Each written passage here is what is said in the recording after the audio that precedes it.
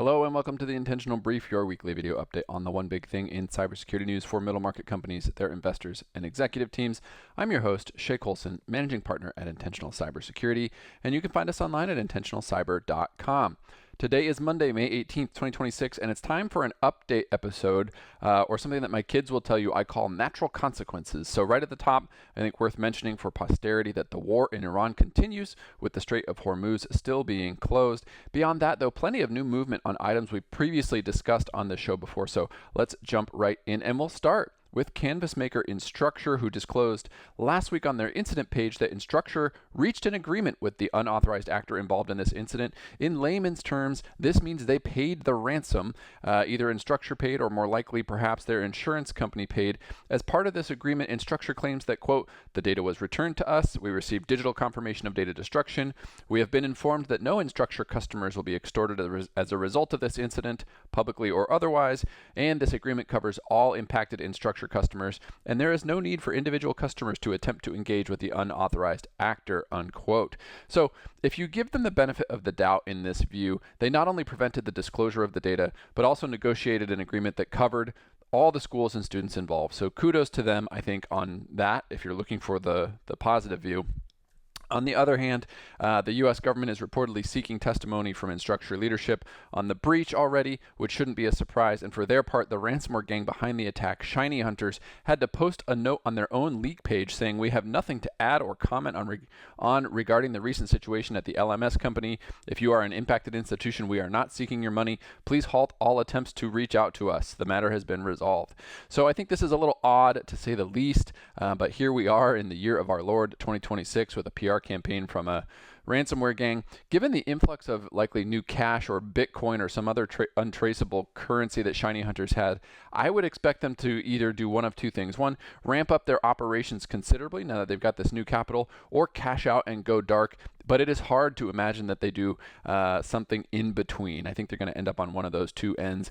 Instructure also noted on their incident page that they've now, quote, rolled out CrowdStrike's Falcon endpoint detection and response tool across the Instructure network, end quote, indicating that perhaps their EDR capabilities were not fully deployed prior to the incident. But I think it's worth noting also for the record that the FBI's official position on paying the ransom is, quote, the FBI does not support paying a ransom in response to a ransomware attack. Paying a ransom doesn't guarantee you or your organization will get any data back. It also encourages perpetrators to target more victims and offers an incentive for others to get involved in this type of illegal activity, end quote.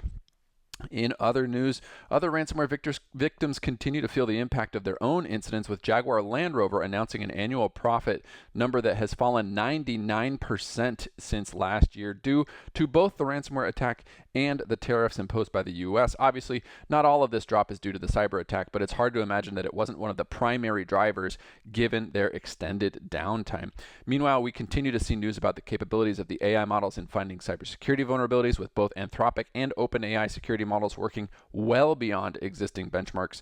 The United Kingdom's AI Security Institute writes in a recent report released last week that both Mythos Preview and GPT 5.5 Cyber have since outperformed any trend lines the institute has measured. They estimate that this capability has exceeded their doubling rate trends significantly. Used to be doubling in capability every 8 months. Now this set has doubled in capability after just 4.7 months. Again, an exponential increase here. This is already driving additional vulnerability discovery in core systems, with both Windows and Linux announcing new vulnerabilities last week, and attackers are continuing to use their supply chain attacks, last week launching an attack that hijacked 84 open source software packages and injected malware into them, despite being only available from the NPM manager for 20 minutes.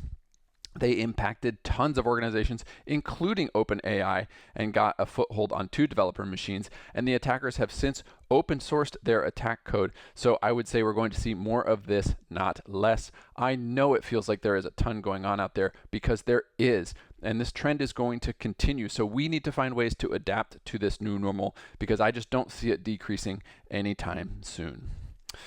From a fundraising perspective, back to big totals with $36.7 billion in newly committed capital last week, led by Lima Holdings of Abu Dhabi, who launched a $30 billion targeted fund focused on infrastructure investments in partnership with BlackRock's global infrastructure partners Temasek and the Abu Dhabi National Oil Company. Pardon me.